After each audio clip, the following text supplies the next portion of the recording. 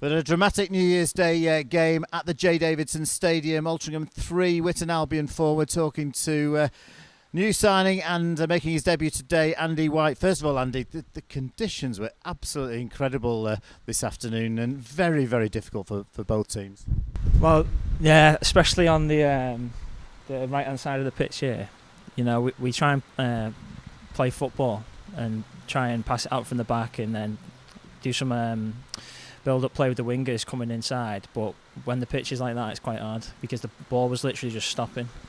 But to be fair, both teams were playing in it, so we can't really say it's an excuse. We've had the perfect start. James Poole, a terrific effort, beaten out by the keeper, but Jordan Hume was on hand to put us ahead. But before we've even had a chance to draw breath, Witton have equalised, and it was a decent finish. Yeah, you know, I think it went posting in near the top corner, so Tony had no chance. And I think that was the first shot they had on goal, so it was kind of a sucker punch, really. But I think, you know, after the goal went in, we managed it quite well. I think they had about 5 minutes of pressure, which is when the second goal came. But it could have been a foul for a high foot. Yeah, we certainly picked that up on commentary, that it probably was a high foot, but they have gone in 2-1 ahead at the interval. But good response after half-time. Yeah, you know, at half-time we said, you know, we've got to move the ball a lot quicker. And I think we did that in spells. And then, you know, we got 3-2 up, and then we're just disappointed, really, that we didn't manage the game and see it out. Terrific work by Jordan Hume to set up the equaliser for James Poole, and then you've got on the score sheet on your debut. Take us through that.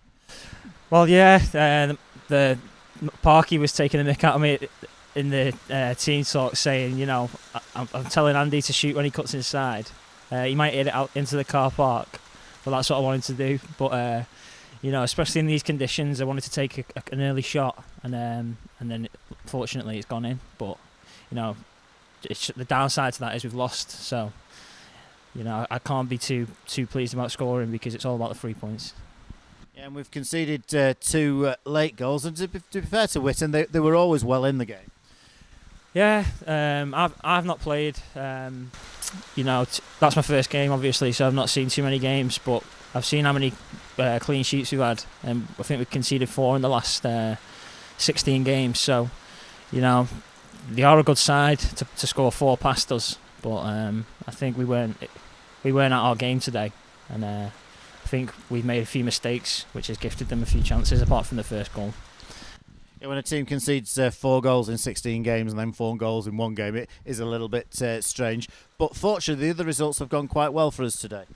Yeah, obviously Shore Lane have lost, and Workington got beaten, Warrington have drawn. So on that side, it's positive, and it's a bit of a let-off, really. But it just would have been a lot better if we got the 3 points today. You know, we really would have kicked on then and opened the gap even more. But you know, we're still in a good position, and we're looking forward to putting it right in the next game, getting 3 points. When Phil Parkinson came to Altrincham in the summer, I think you were one of the players that we thought might sign at that point. Obviously, you've chosen to go to Southport, which is understandable because they play in a higher league, but it sounds like it didn't quite work out for you there. No, like you're right there. I went to Southport because I wanted to test myself at the league above.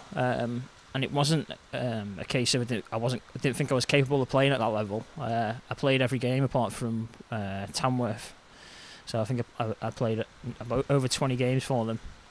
But I just wasn't enjoying it, and I think that's the most important thing in football. If you're somewhere, you need to be enjoying it. So I've worked with Saws and Parky before, so it was a no-brainer really when the opportunity came. Yeah, and you had a very good time at Nantwich with them, and obviously Phil and Neil want to play the same style of football here.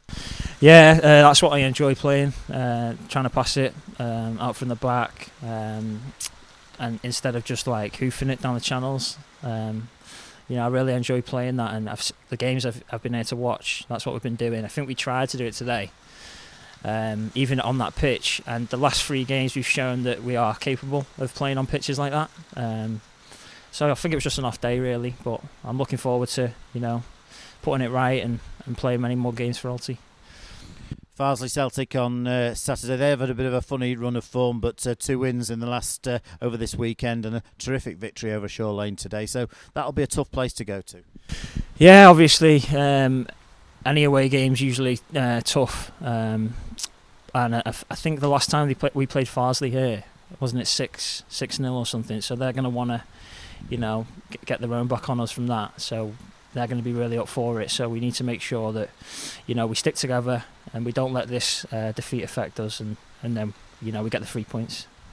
That's Andy White there, Altringham's latest signing after his debut in the 4-3 defeat against Witton Albion. Andy scoring Altringham's 3rd goal. Next action, Farsley Celtic, Saturday afternoon, 3 p.m. kick-off, Throstle Nest. And hopefully it's been a bad start to the 2018 for the Robins, but hopefully we can get back on track. And of course it's been a really good season so far, with Altrincham still riding high at the top of the Evo Stick Premier Division.